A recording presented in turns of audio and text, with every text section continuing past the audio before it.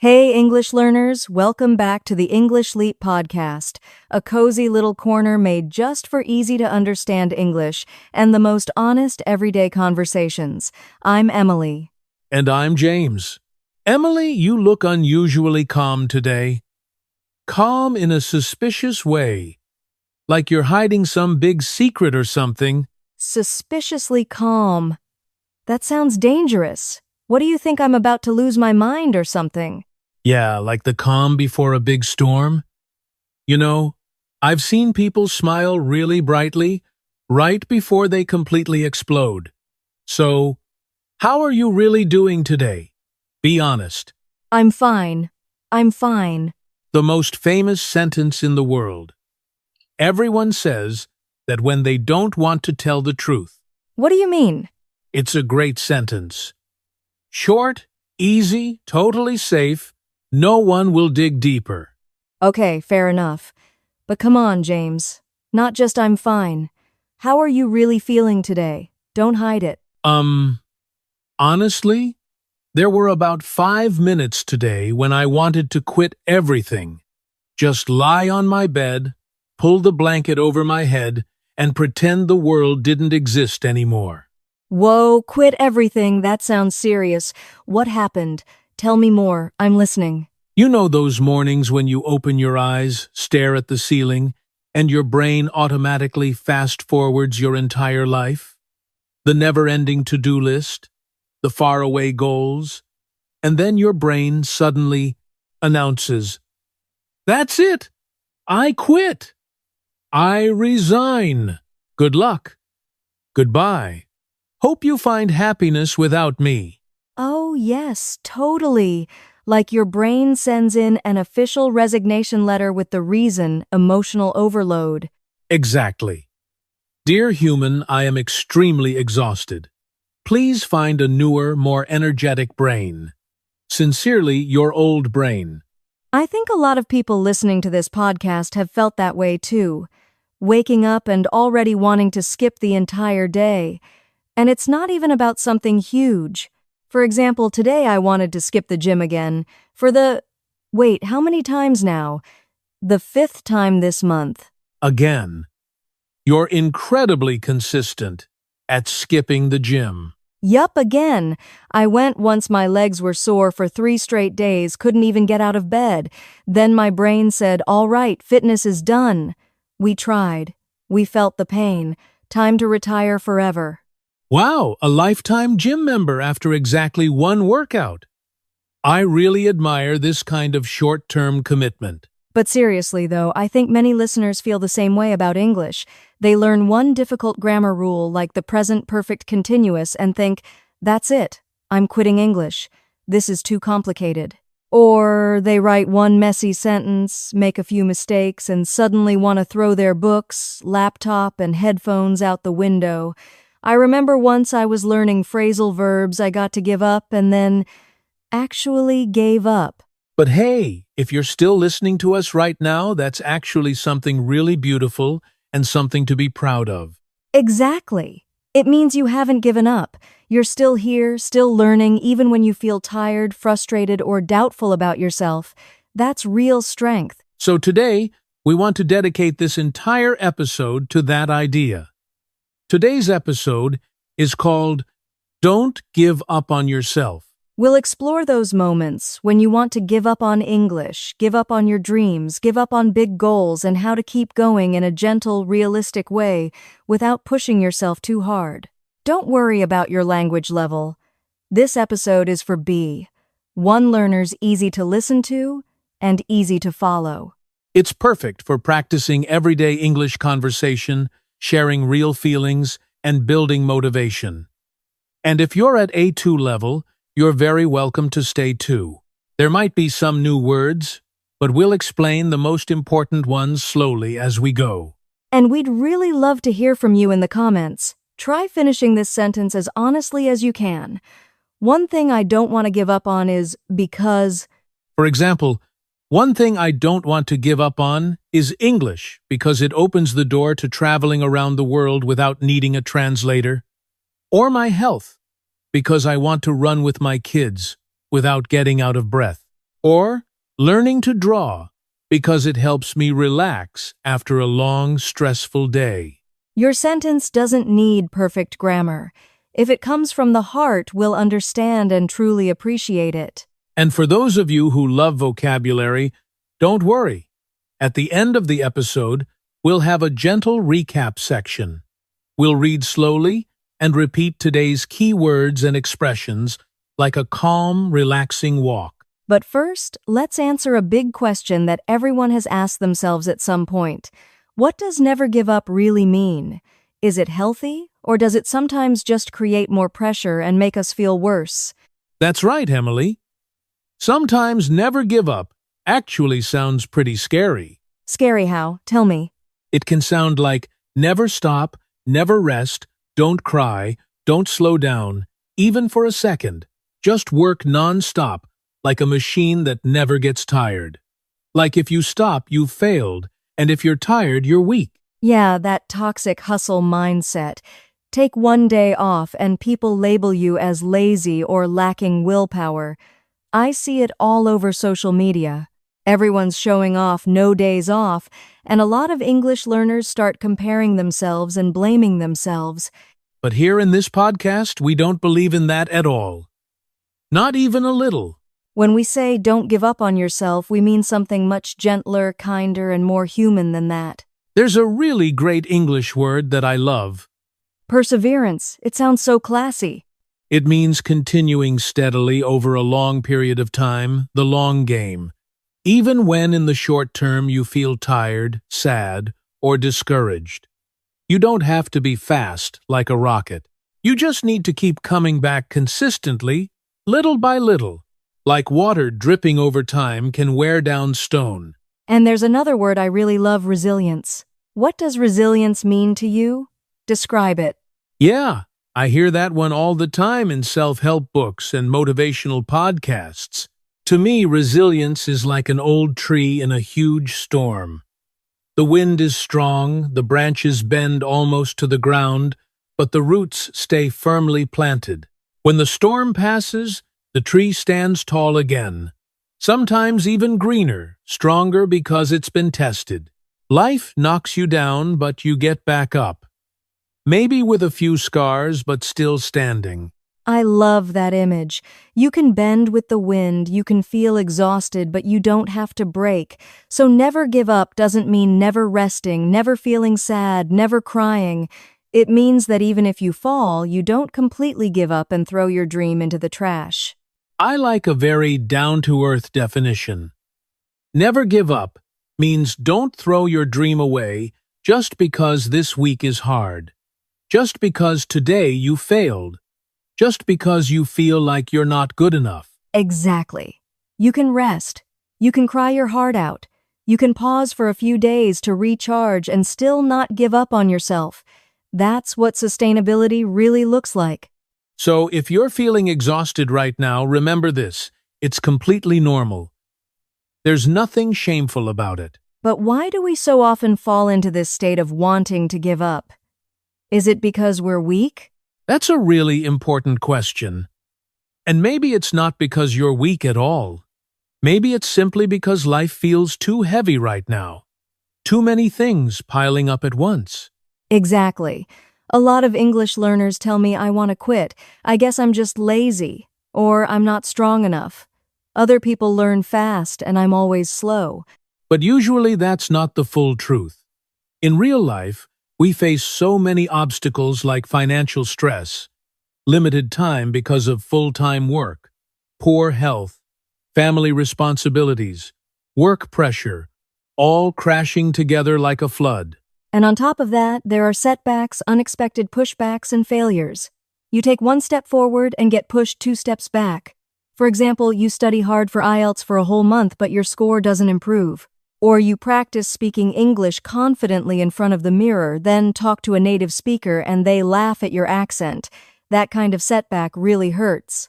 When obstacles and setbacks hit at the same time, life starts to feel like an uphill battle. Uphill battle. Like walking up a steep hill carrying a backpack full of rocks in heavy rain. Every step is difficult. You're out of breath. Your legs are shaking. You're soaked in sweat, completely overwhelmed, like everything is beyond what a human can handle. And when that uphill battle lasts for months or even years, we begin to lose heart. We slowly lose hope, energy, and courage. Imagine a learner named Sarah, a real story I once heard. She works 10 hours a day at a supermarket, comes home exhausted, still has to cook and do laundry for her husband and kids, and only late at night does she finally have time to study English. She opens her book, her eyes start to close, her head spins, and she closes it again. Not because she doesn't care about her dream of moving abroad, but because her body and mind are completely drained. If you're like Sarah, listen carefully. You're not lazy. You're not weak. You're just extremely tired. Wanting to give up right now doesn't mean you've failed. It just means your brain and your heart urgently need rest. I understand that feeling very well, especially in my own English learning journey. Yeah, that's right. You had a classic English crash, didn't you? Tell the story. I love hearing your real experiences. Yeah, I call it my English meltdown. A complete breakdown with English. Meltdown. That sounds intense and painful. It really was. I was excitedly watching an English video on YouTube. Everyone in the comments said, "So easy, super simple, anyone can understand." But I listened and couldn't catch a single complete sentence. Every word sounded like an alien language. My brain just kept saying, "Error 404, meaning not found." And then, at the peak of it all, I got my English test back in class, a terrible score, the worst I'd ever had. Double pain, not understanding the video, and failing the test. That day I felt like I had hit rock bottom with English. Hit rock bottom means reaching the absolute lowest point, no energy, no hope, the tank completely empty, just wanting to give up. What were you thinking at that moment? I thought maybe I just didn't have a talent for languages. Maybe I really was stupid. Other people were improving, and I was stuck. I wanted to delete all my notes, throw my books in the trash, unfollow every English channel, and announce, "Dear English, we had some good times, but this relationship is officially over. It's not you, it's me." So, what did you do in the end? Did you really break up with English? At first, I did nothing. I completely stopped for 2 or 3 days. I cried it all out, crying from disappointment, self-blame, and exhaustion. Then I watched silly cartoons in Vietnamese, ate ice cream, and slept more. I allowed myself to feel sad without judging myself. No fake smiling and saying everything's fine on social media. No, not that time. I was honest with my emotions. But after a few days, something small shifted. I asked myself, okay, I'll never be perfect, but do I really want to give up my dream of speaking English fluently? Do I really want to give up the chance to travel, to have better job opportunities, to make international friends? And what was the answer? No, I didn't want to give up on myself. I still wanted English to be part of my life. So, I decided to continue, but in a much gentler way. No more forcing myself to study 3 or 4 hours a day. I took tiny steps, just 10 minutes of podcast listening each day. One short fun video, sometimes replaying the same clip 3 times to get used to the sounds. Some days I only listened while washing dishes or brushing my teeth. So instead of studying for 3 hours straight, you simply came back every day. That's real-life perseverance, steady and consistent. Exactly. Slow but solid. Gradually, I started to bounce back, to recover, regain strength, and feel more confident. That's real-life perseverance, steady and consistent. After a few weeks, English still wasn't easy as candy, but I started to see light at the end of the tunnel, a small but real sense of hope. So if right now you feel completely done with English, remember my story. You can hit rock bottom. You can want to quit and still come back stronger. I did it, You can too. Same goes for you, James. You also had a huge I want to quit everything moment, didn't you?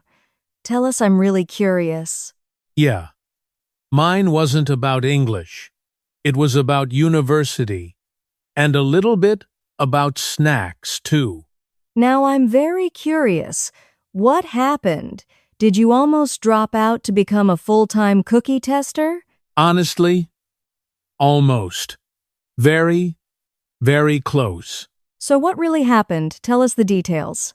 I was preparing for a major final exam, working part-time, helping my family take care of my younger sibling, and trying to go to the gym in the mornings to be healthy James. Work, family, studying, gym, all squeezed into the same 24 hours. Just hearing that already feels heavy. After a few months, I looked at my results. No clear improvement. Constant exhaustion. What's the point of trying if nothing changes? I wanted to quit the course, quit the gym, quit everything. Just lie around playing games and eating snacks all day. I didn't feel like a strong, resilient warrior at all. I just felt tired, burned out, and kept asking myself, why am I not as good as other people? What changed? One day, I talked to my academic advisor. I said I think I'm going to quit. I'm not good at this. I can't keep up with everyone else. What did she say? She reviewed my assignments and grades, then smiled and said, James, you're actually on the right track. You just want results too quickly. You are improving just more slowly than you expected. On the right track, it means you're moving in the right direction, even if you're not as fast as you hoped. Exactly. She pointed out small improvements I had made from 5/10 to 6.5, 10 inches, some sections from being afraid to speak to, finally daring to ask questions in class. Then she said, if you stick with it, if you keep going, you'll see big changes later on. Stick with it. Staying committed even when things feel boring, slow, or heavy. She also said this was the time to stay the course, to keep going down the path you're already on, not turn back just because the middle part is hard. Be honest.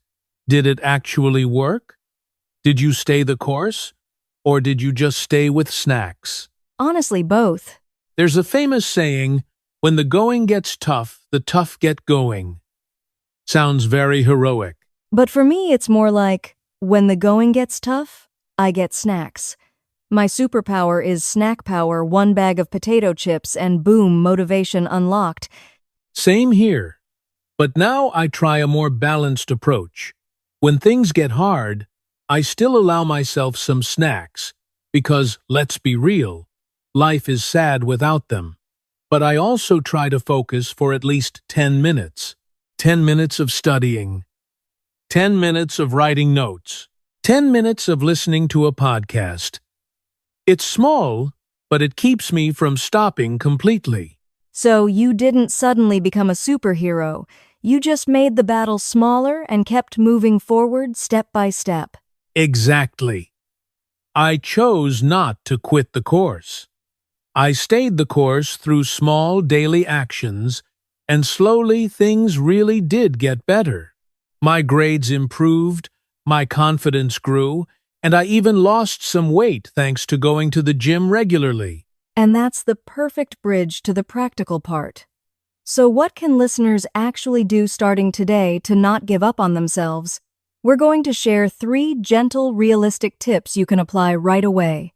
After all these real stories, I think the first tip is simple, but incredibly powerful. When life feels like an uphill battle, we often try to climb the entire mountain in one day.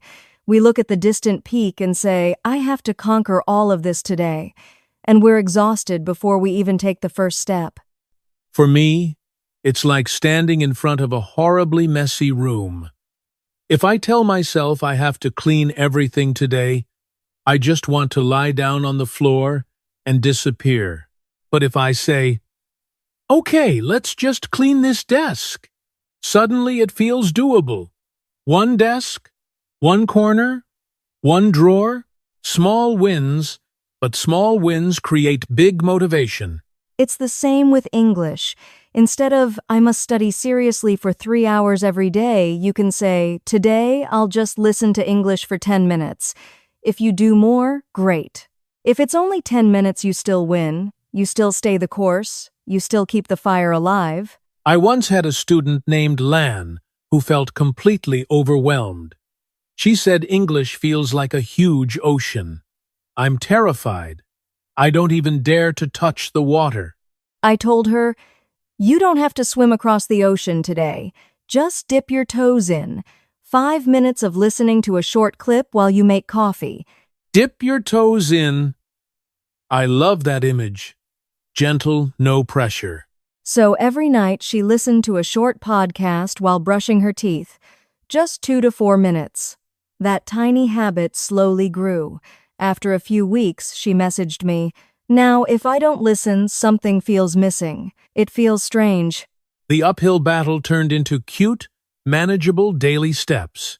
So, today, your small step could be reading one page, listening to one short dialogue, practicing one sentence out loud in front of the mirror, or even watching a fun English TikTok. Start small. It will add up. And there's another battle we need to make smaller, not just the external work, but the battle inside your head, the inner dialogue. Exactly. Tip number 2.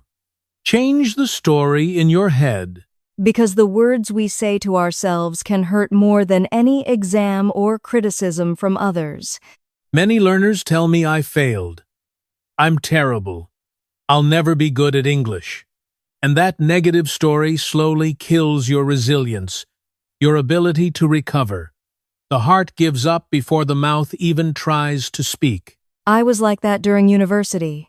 My grades weren't bad, but my inner voice kept repeating, "You're falling behind.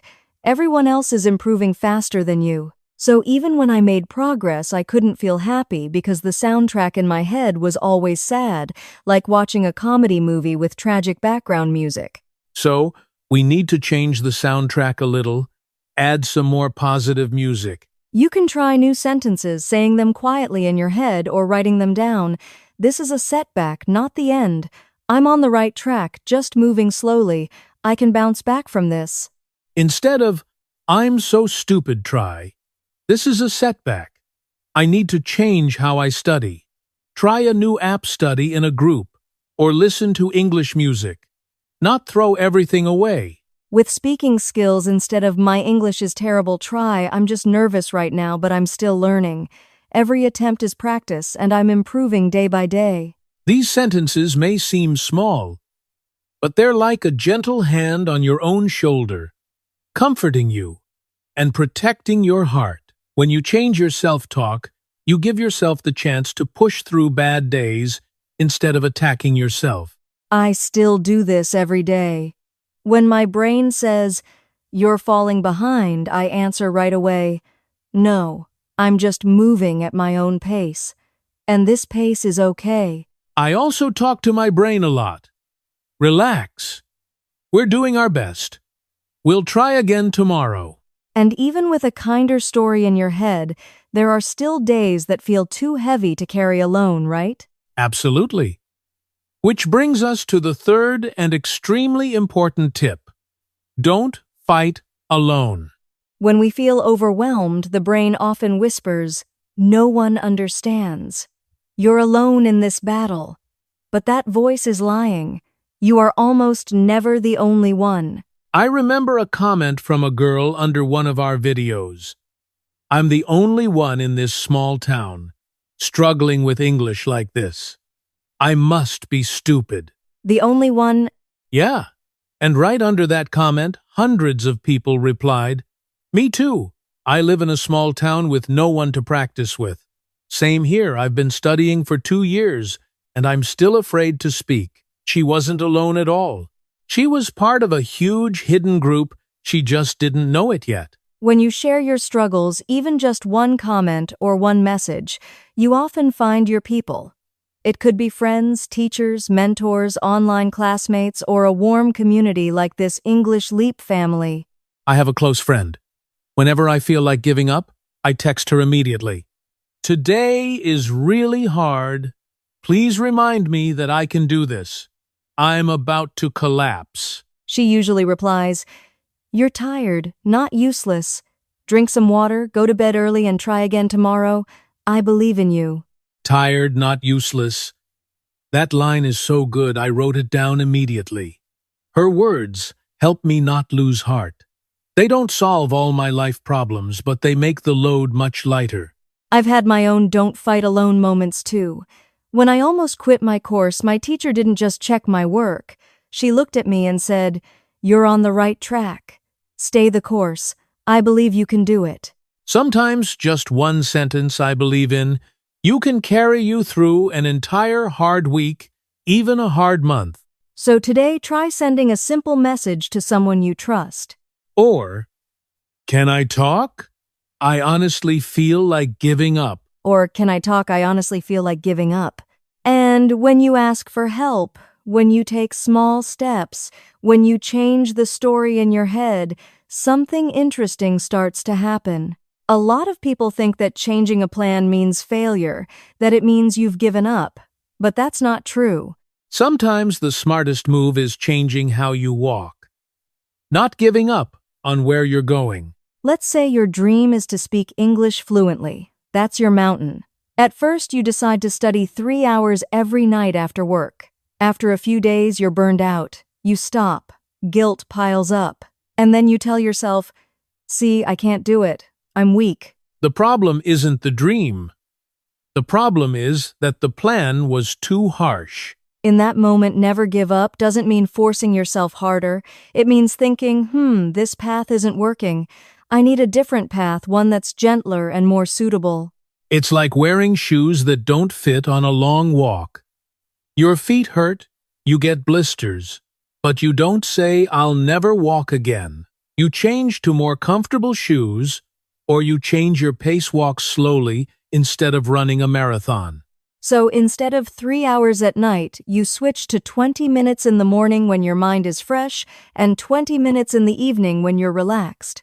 Same dream, just a different format. Same mountain, just a different route.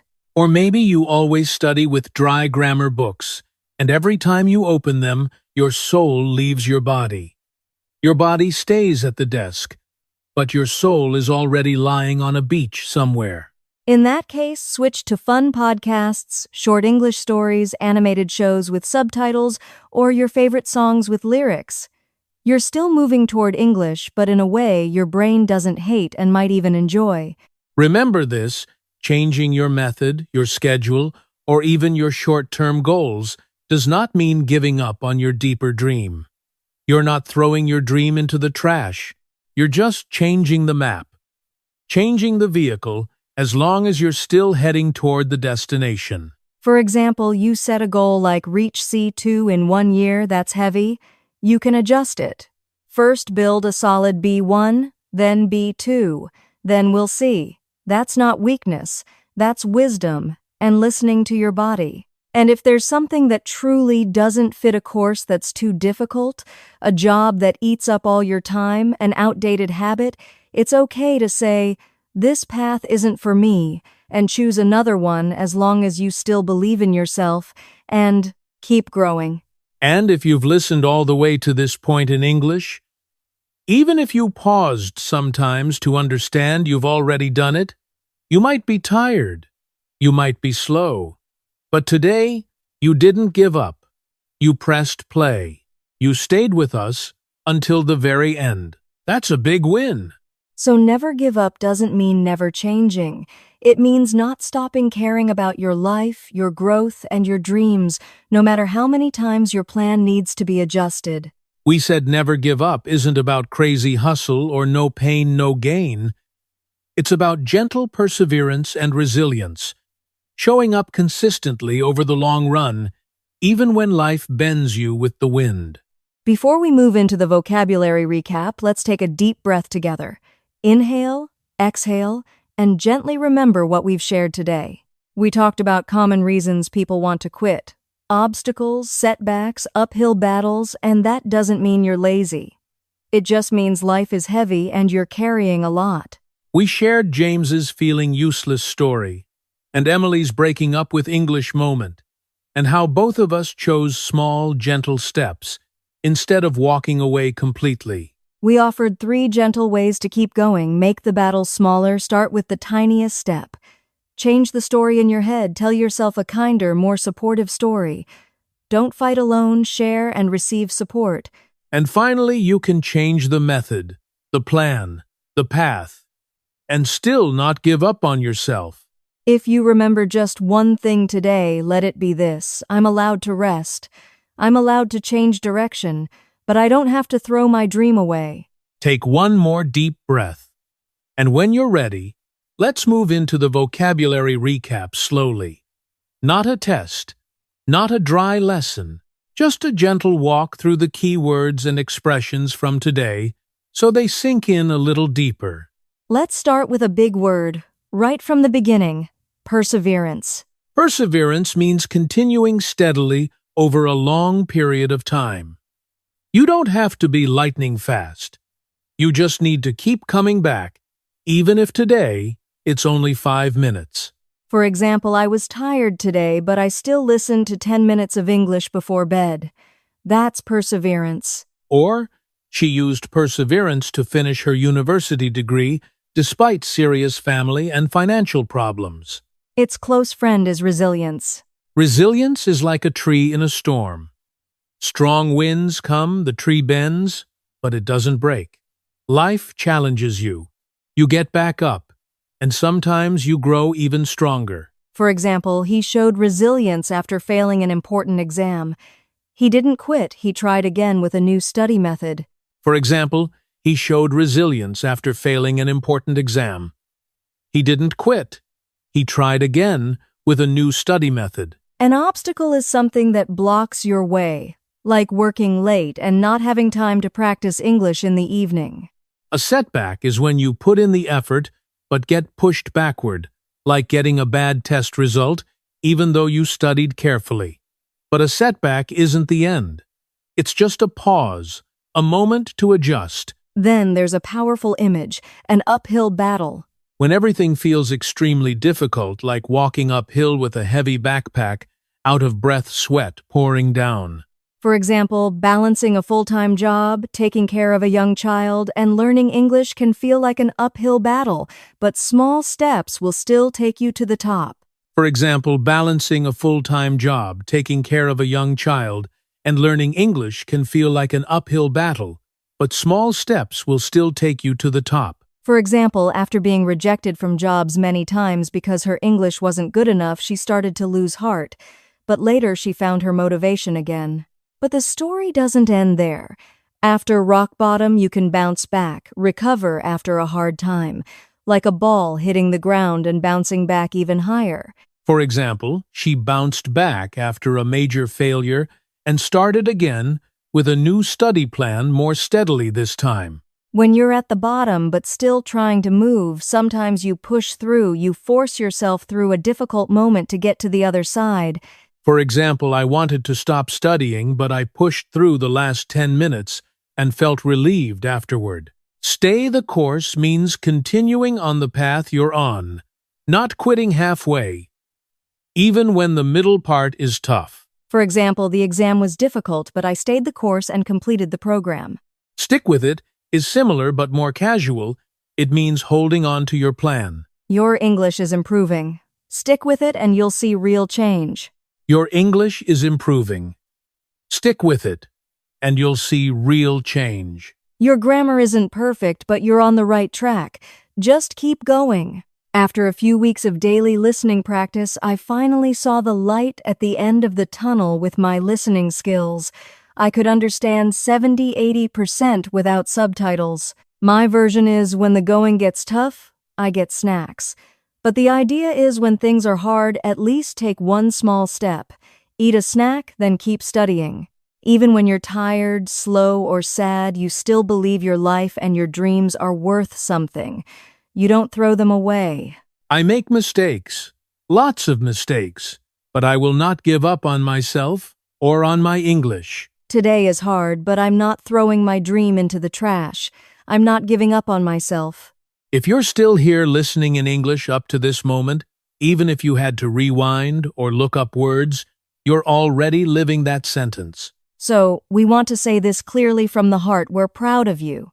Truly proud. You might be scrolling on your phone, lying in bed, overthinking, or even feeling sad. But you chose to press play. You chose to listen. You chose to reflect. You chose to grow.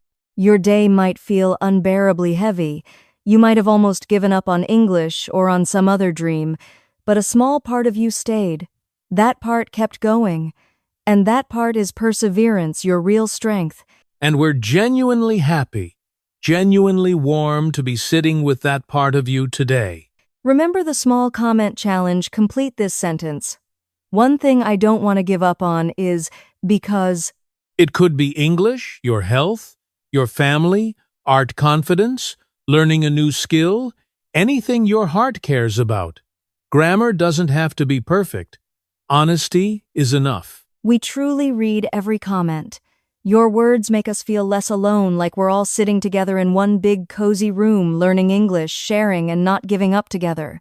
A huge international Don't Give Up Club, and you listening right now are a valuable member of it. Your feelings matter. Your dreams matter. Your English journey matters, whether it's fast or slow. If this episode helped you even a little, made you smile, helped you breathe easier, or made you want to try again, please like the video, subscribe to English Leap Podcast, and share it with a friend who might need a gentle "don't give up" today. You might just save their day. If you want more practice, listen to this episode again and repeat a few sentences out loud with us. Even that is a brave small step. Shadowing repeating along is a great way to improve pronunciation and confidence. Thank you for spending your precious time with us. This is James. This is Emily. You've been listening to English with Emily and James. Be kind to yourself and keep taking gentle small steps one day at a time. Bye-bye. And don't give up on yourself, okay? Your progress doesn't stop here, it's only just beginning. To continue improving your English, click the next video or explore other carefully selected videos we've prepared for you. See you soon.